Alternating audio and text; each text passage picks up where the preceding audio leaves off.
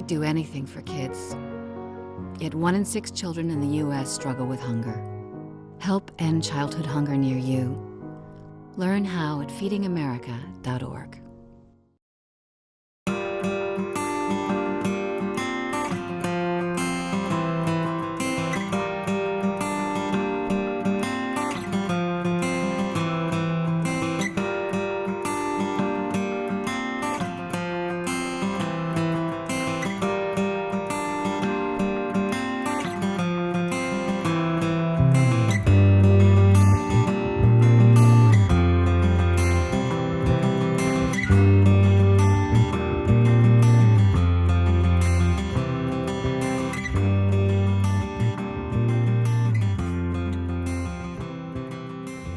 Well, coming out of the 30s, coming out of Prohibition, you have to remember that Cleveland had a very powerful organized crime presence. Part of that had to do with the fact that we were located roughly halfway between New York and Chicago. So there was a lot of travel between those two towns. They'd stop over in Cleveland.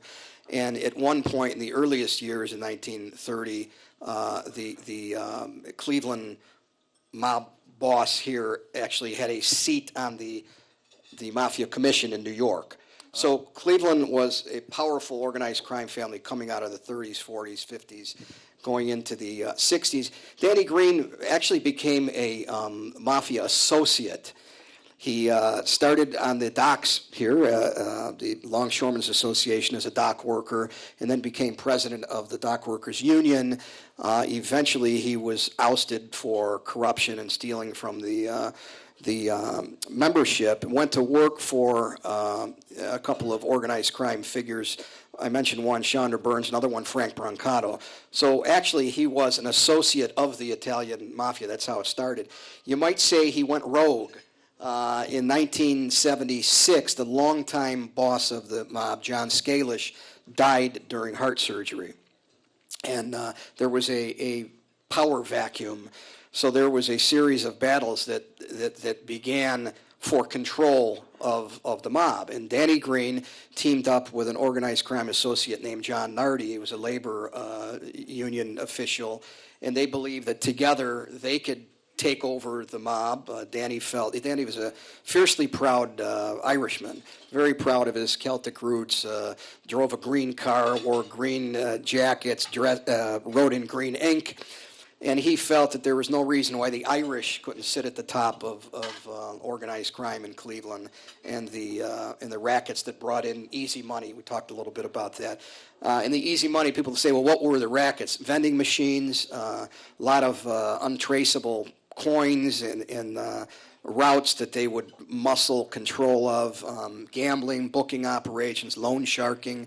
Some of the easiest money was coming in from Las Vegas and is portrayed in the movie Casino with Robert De Niro and Sharon Stone. And that was money that was being stolen from casinos that were under mafia control. Big amounts of money that were then being brought to Kansas City, Milwaukee, Cleveland, Chicago, and being divvied up among the top bosses in the various mobs there. And that's how was that money being reinvested somehow? Was it being put to use, or was it just going into their pockets? I think mostly it went to the attorneys to defend the charges that that would come shortly to follow in the story. But you know, they lived. The top guys lived. They lived nice lives. I think John Scalish was out on the river and the lake a lot in his boat, entertaining influential people. They lived comfortable lives, drove nice cars, lived in nice neighborhoods. Was there a neighborhood here in Cleveland where they centered? There actually was. Okay. There actually was. It was in the Gates Mills Boulevard area of Pepper Pike. Okay. There were quite a few, 3 or 4, John Scalish, Angelo Leonardo, that lived in that area, and the FBI did quite a bit of surveillance. Yeah. Now, again, but going back to Danny, I mean, what was behind this guy that he had the gall, if you will, to imagine I can take over? I mean, go back to his early history. Tell some of the stories. I know in the book you tell some of his kind of early battles and, kind of tell some of those stories. Well, when he became an associate of Chandra Burns, he was actually used as an enforcer in the numbers racket. You know, we talk about the different ethnicities. the numbers racketeers were almost exclusively black. And But they describe what the numbers were. the illegal lottery, the playing of the three-digit number that came, the winning number was derived from the stock market, certain numbers in the columns. I worked at a factory back, and I played this every day. You did. Yeah, every single day. You didn't tell me that before you invited me here. All right, detective. Yeah, I mean, this was Picker X-ray on the east side. You would, they would come around the rows. It was sanctioned, as far as I was concerned. You know, they'd come around the rows. You'd put your 3 numbers, and then you'd go home at night, or typically right to the bar. I was 18 years old, and it would be the last 3 numbers of the stock report. Mm-hmm. You know, and yeah, there was even talk that during the it was 60s, a lottery. The 60s Nobody and 70s. could fix that. And it was a good thing for people who poor people that might only bet a dime or a quarter if they won. Might be the only way that they were looking at some sort of a cash windfall. But there was talk even during the 30s or the 60s of police officers playing the number, and they would play their badge number. Oh my gosh! Okay, so Not in Lyndhurst. Okay, Not in Lyndhurst. I can't imagine. So wait a minute. So Danny Greene started off as an enforcer. Why would you need an enforcer in that environment? To keep the operators and the runners in line. You know, there would be cheating going on. You might have a runner who was supposed to bring the bets in, but he might siphon off some of the bets and play them himself with another operator. So they were stealing. They might cut the odds down. They were booking. They were basically, that's what a booking does. Yeah. They might cut or not cut. They might really raise take your bet and not place it. That would be one way. Lose. Change the odds so that you would, if you played a number, you would make more with this operator. So what Chandra Burns did, he's been described as a league commissioner. He helped all the biggest operators keep things running smoothly, keep the same odds, keep the same percentages for the runners and for the winners. The winner had to pay 10% to the runner. That's how they got paid. It was like any organized crime racket. It could be a cutthroat business, so they had to keep people in line. And these guys like Chandra Burns in the 60s and 70s, Frank Brancato, they were getting up there a little bit. So they, tended to employ younger men to do some of those things. So Danny Greene literally was the muscle. I mean, if somebody needed to be beat up, he beat them up. Yes. There was other enforcers too, but Danny was one of them for Chandra Burns. How early do you think he's went all the way over to having he actually executing a murder to defend this? I don't know of any suspected murder that he actually committed as an enforcer in the numbers racket. I think these suspected murders came later when he was vying for control with John Nardi of of organized crime, the bigger thing in Cleveland. Yeah, right. Yeah. So he moved. He was his earliest years. He was an enforcer. How did he start moving up? Well, the opportunity came when John Scalish, the longtime mob boss, died. And then there was uncertainty as far as who was going to take over. And some of the experts, they'll say that John Scalish is sort of to blame because he didn't name a definite successor ahead of time if he was to die. So there was some uncertainty.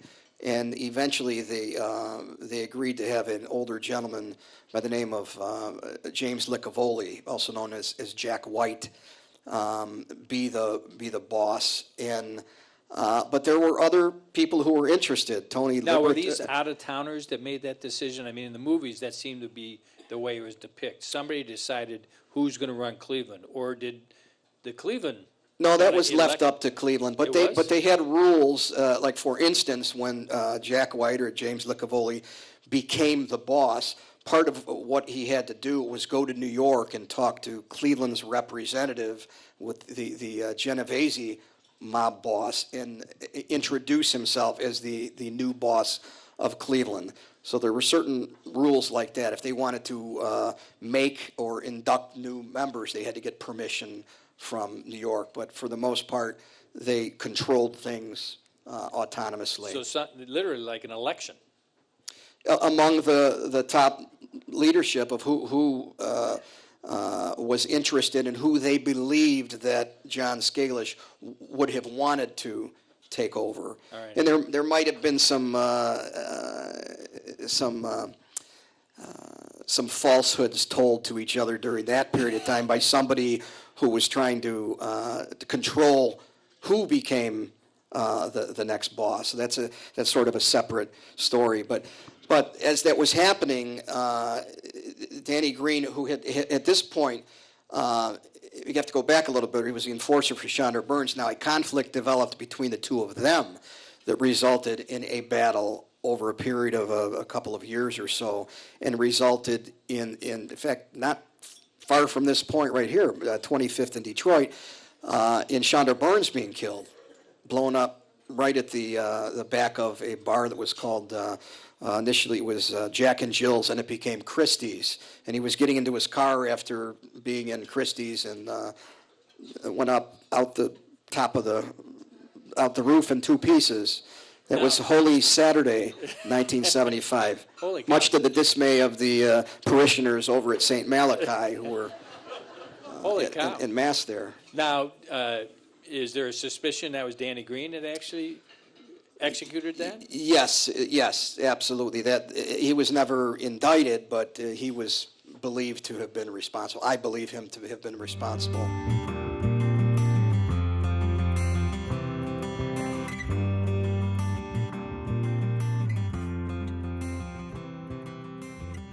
Now, was Danny Greene along the way? There's been some, that he was an informant along the way. He was an FBI informant. They flipped him, you might say. Start? That happened in the 60s when he was with the Longshoremen's Union. He started providing information. But Danny was a very measured and calculating figure. He provided just enough information so that he would get the benefits of being in the program, maybe a little protection here and there, but sometimes it was providing certain information about his enemies. So he was very calculating in what he did. He was there was a lot of strategy involved. He played the game well. He did.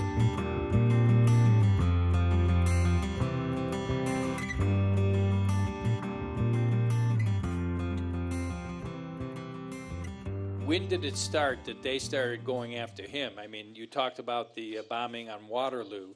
I think that was the first one, right? That was one of the first ones, but actually, if you go back a little bit before that, Chandler Burns was trying to eliminate him because he was causing problems.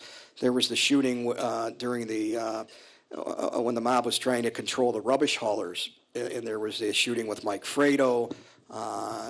Danny, that was a self-defense this is the one that thing. is depicted in the movie, right? Yes. Okay. Yeah. So that was one of the earlier things that led to Chandler Burns saying, this guy's got to go. He's a problem. And so he started putting up money, $20,000, for Danny to be killed by his crew of people, his enforcers. All right.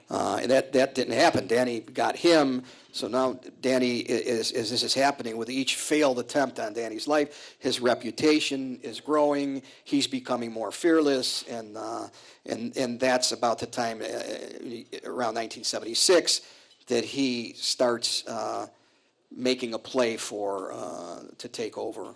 Now, did he intend it to be him or Nardi, who would really run it? Well, that's a good question. What would have happened in the end, I don't know. But John Nardi knew.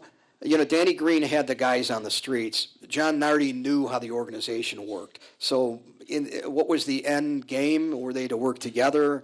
Was John Nardi going to be the boss and Danny the underboss? I don't know. All right. But didn't Nardi go on after Danny got killed? Didn't Nardi go on and become pretty popular? Actually, John Nardi was killed first. Oh, okay. Yeah. He was killed first.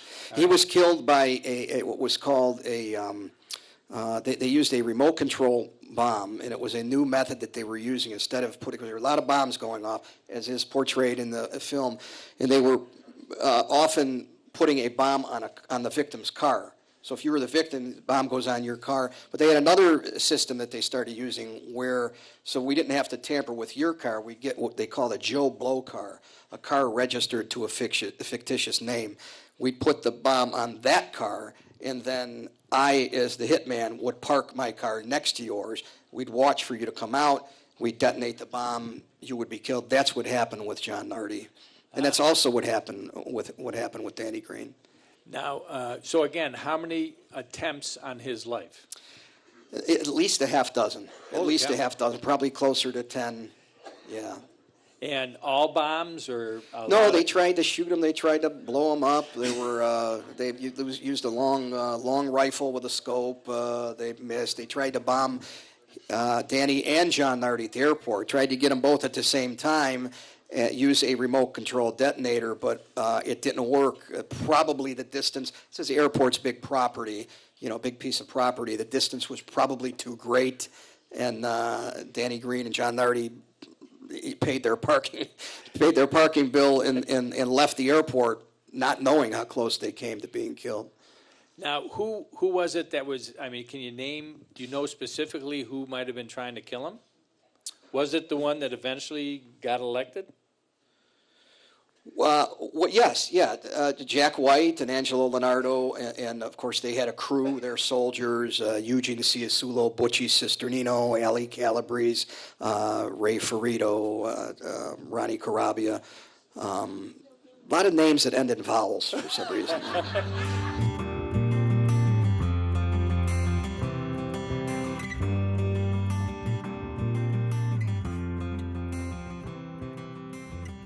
For all the number of times that he was attempted to murder him, that a lot of them, there was major screw up in how they attempted it. Is that good? That is true. That is true, because these are supposed to be professionals, folks. And, when the mob boss wants somebody eliminated, he's supposed to snap his finger and the guy's gone the next day. Well, that didn't happen. And part of the reason, they say, is because John Scalish was not inducting new members going back to maybe the 50s. So you had the upper management and you had the young guys, but you had nobody in the middle, and you didn't have any enforcers who were really capable. Probably their most capable enforcer was Eugene Ciasulo. Eugene's nickname was the Animal. Yeah. So if that's any indication of his capabilities. But what they did, John Nardi knew the organization. They went after Leo Mosseri and Eugene first. Eugene was almost killed by a bomb, so he was out of the game. But there were times. I mean, the story at the airport when they were seen running through the lobby of the hotel on the airport property there, seen pushing some button. Well, that by witnesses, that was the detonator, and these were the hitmen trying to get close enough to the car so that radio signal would be received and would detonate the bomb. There were a couple of others. There were times when the bombs were not wired correctly. There were times when there was a wire hanging out from one of the bombs. Danny Greene, somebody at a gas station saw the wire, and they told Danny, and Danny got out and took the bomb apart himself. He knew a little bit about explosives too.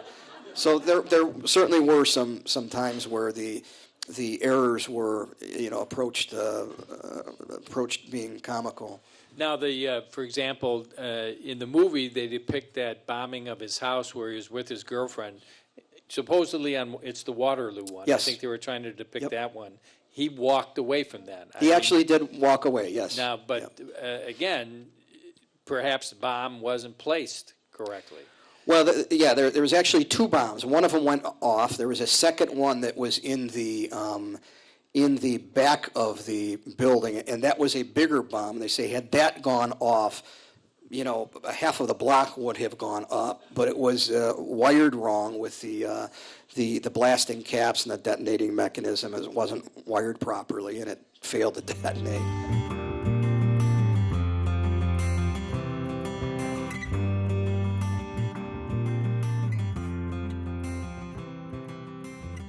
when Danny Greene was killed, make a long story kind of short here, there was an effort because there were arrests that were made. One of the hitmen became a cooperating witness, Ray Ferrito, and sort of spilled the beans, if you will. And as a result of that, there were numerous indictments of some of the hitmen and high-ranking figures. Well, in the end, only a few of the hitmen were convicted. The jury apparently didn't believe it was a murder for hire, so they convicted the hitmen. They went away to prison, but then the federal government was watching to see what would happen.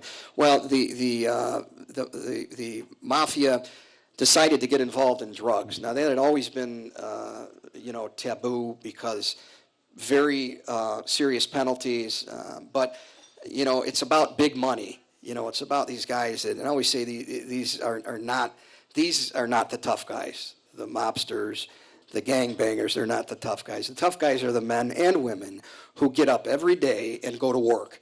Those are the tough people. But they tried to regroup by getting involved in drugs, and as a result of that, there were a lot of crimes, robbery, murders being committed. It was just crazy. If anyone has seen the movie Goodfellas, it starts off where there's the background music is Tony Bennett. Things are going very nice, and then they get involved in drugs, and there's chaos. The music changes to Jimi Hendrix, and that's a good example or a portrayal of what happened in Cleveland, because they would. They'd order a batch, a large quantity of marijuana, let's say, or cocaine. It comes in from Florida. Maybe it's going to cost $25,000. Instead of paying the guy, they would just kill him.